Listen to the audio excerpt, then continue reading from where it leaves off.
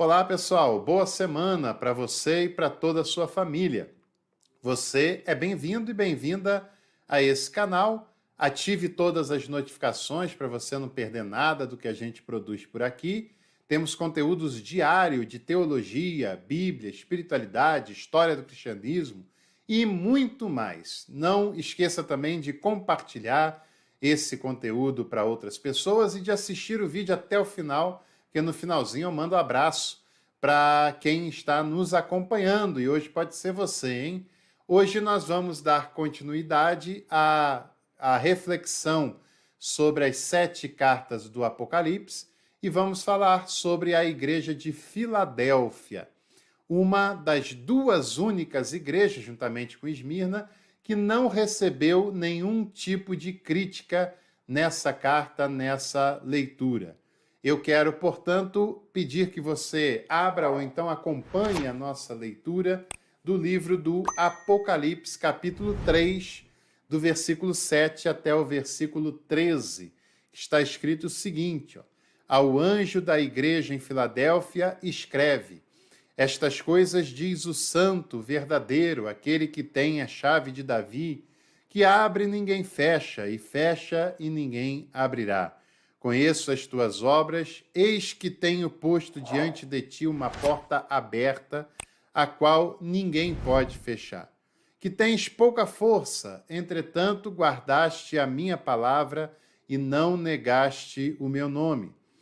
Eis que farei que alguns dos que são da sinagoga de Satanás, desses que a si mesmos se declaram judeus e não são, mas mentem, eis que o farei vir e prostrar-se aos teus pés e conhecer que eu te amei. Porque guardaste a palavra da minha perseverança, também eu te guardarei da hora da provação que há de vir sobre o mundo inteiro, para experimentar os que habitam sobre a terra. Venho sem demora. Conserva o que tens, para que ninguém tome a sua coroa. Ao vencedor faloei coluna no templo, no santuário do meu Deus, e dali jamais sairá. Gravarei também sobre ele o nome do meu Deus, o nome da cidade do meu Deus, a nova Jerusalém, que desce do céu, vinda da parte do meu Deus. E o meu novo nome, quem tem ouvidos para ouvir, ouça o que o Espírito diz às igrejas. A carta da igreja de Filadélfia, uma carta que nos leva à reflexão, porque a igreja de Filadélfia é uma das poucas que não está ouvindo nenhuma crítica, mas isso não faz dela uma igreja que vivia prosperidade, como muitos falam hoje, né? Porque para muitos hoje uma igreja aprovada por Deus é uma igreja cheia, lotada, com muitos atividades, com muitos holofotes, uma igreja rica, uma igreja que não falta dinheiro. É claro que essa é uma concepção vulgar, interesseira e capitalista da reflexão eclesiástica, porque nada tem a ver com os valores que o Evangelho e que o Novo Testamento nos ensinam sobre uma igreja que está harmonizada com os ensinamentos de Jesus. A igreja de Filadélfia é um exemplo vivo disso. Uma igreja pobre, uma igreja pequena, uma igreja sofrida, uma igreja que passava por tribulações, mesmo assim uma igreja que agradou a Deus, uma igreja que se manteve fiel a Deus. Compreender o contexto da cidade nos ajuda a compreender as expressões que o texto usa, né? E assim a gente compreende melhor a sua mensagem. A cidade de Filadélfia, ela foi fundada por colonos que vieram da cidade de Pérgamo. Por isso também o texto de Filadélfia, como nós acabamos de ler, fala sobre algumas pessoas que eram da sinagoga de Satanás. Isso é sério, hein? Aliás, eu vou deixar aqui para você o card, porque lá na carta de Pérgamo também fala sobre o trono de Satanás, o templo de Satanás, né?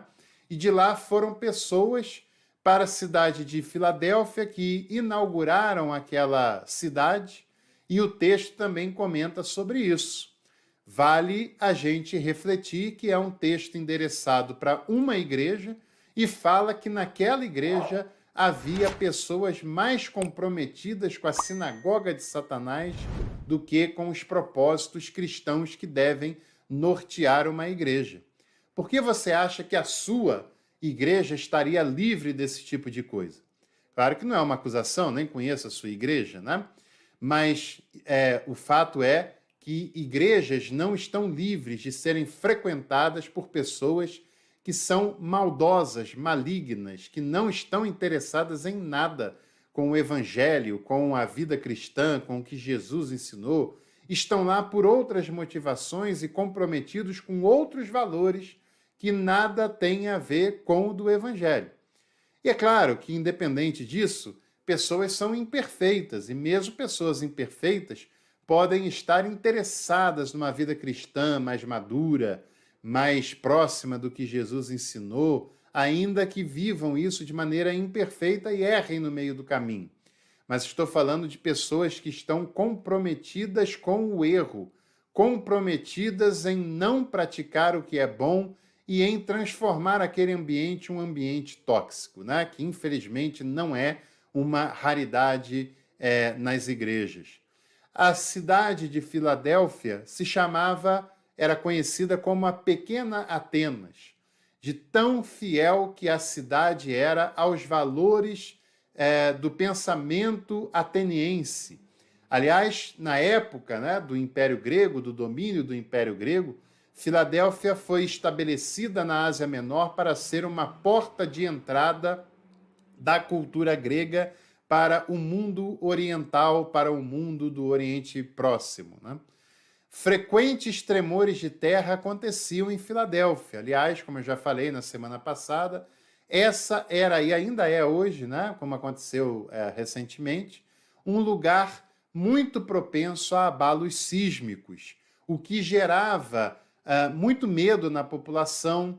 Em Filadélfia, as construções eram baixas, porque não podia fazer prédios elevados, porque os tremores de terra eram tão constantes que a qualquer momento aquilo podia cair em cima das pessoas. Muitas vezes as construções tinham tetos feitos de uma estrutura o mais leve possível para evitar ao máximo os danos, e as pessoas viviam aterrorizadas com a possibilidade de um terremoto acontecer a qualquer momento. A cidade quase foi destruída totalmente no terremoto do ano 17 depois de Cristo. Chegou a ter consequências lá em Sardes, menores, mas em Filadélfia quase a cidade foi destruída naquela ocasião. O nome Filadélfia vem de amar o seu irmão, amigo do seu irmão, né? Que foi uma homenagem do rei Átalo ao seu irmão querido, e por isso ganhou o nome de Filadélfia.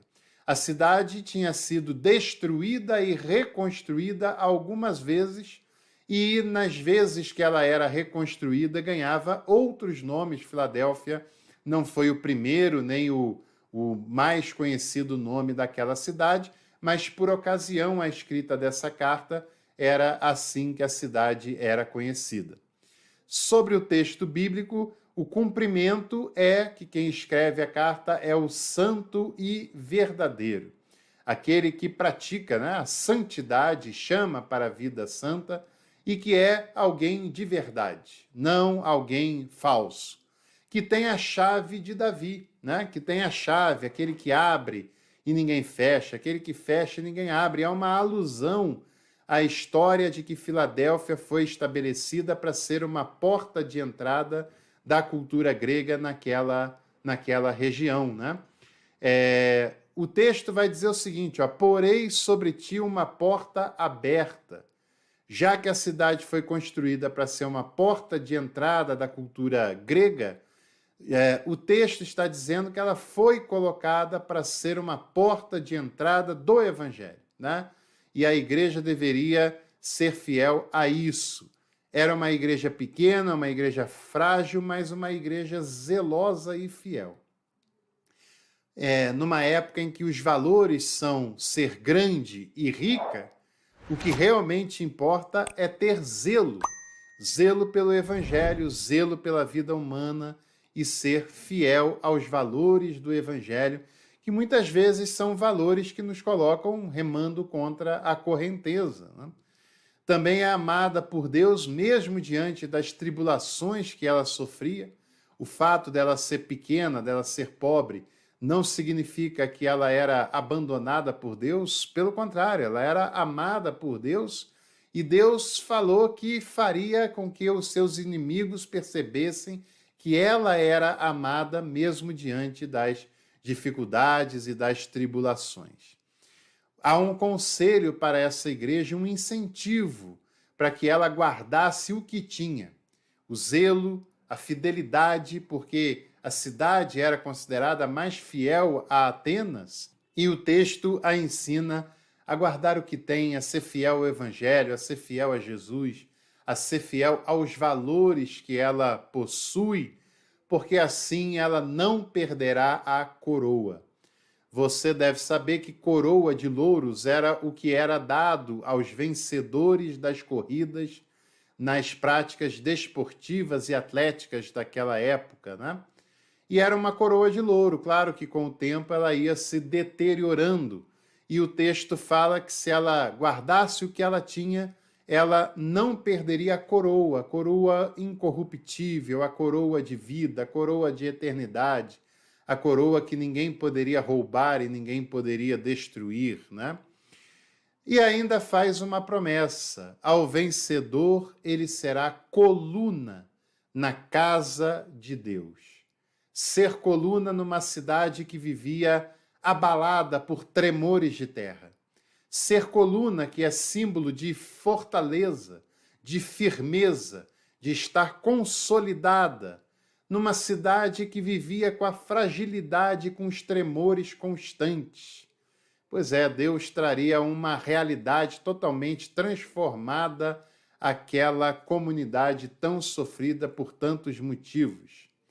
E gravarei o nome de Deus e da nova cidade nela, ou seja, vai ter um nome definitivo dado pelo próprio Deus. A cidade de Filadélfia é um golpe na teoria da prosperidade. A história de Filadélfia é um convite à fidelidade e ao zelo, mesmo que isso seja remar contra a maré e remar contra a própria maré eclesiástica, na maioria dos casos, né? A ser fiel não a uma doutrina necessariamente, não necessariamente a uma tradição, mas ser fiel ao Evangelho e seus valores de justiça, de igualdade, de perdão, de amor, de acolhimento, independente de quem sejam as pessoas. É para essa fidelidade e zelo que o texto bíblico, que Jesus, que o seu Evangelho nos convida a sermos.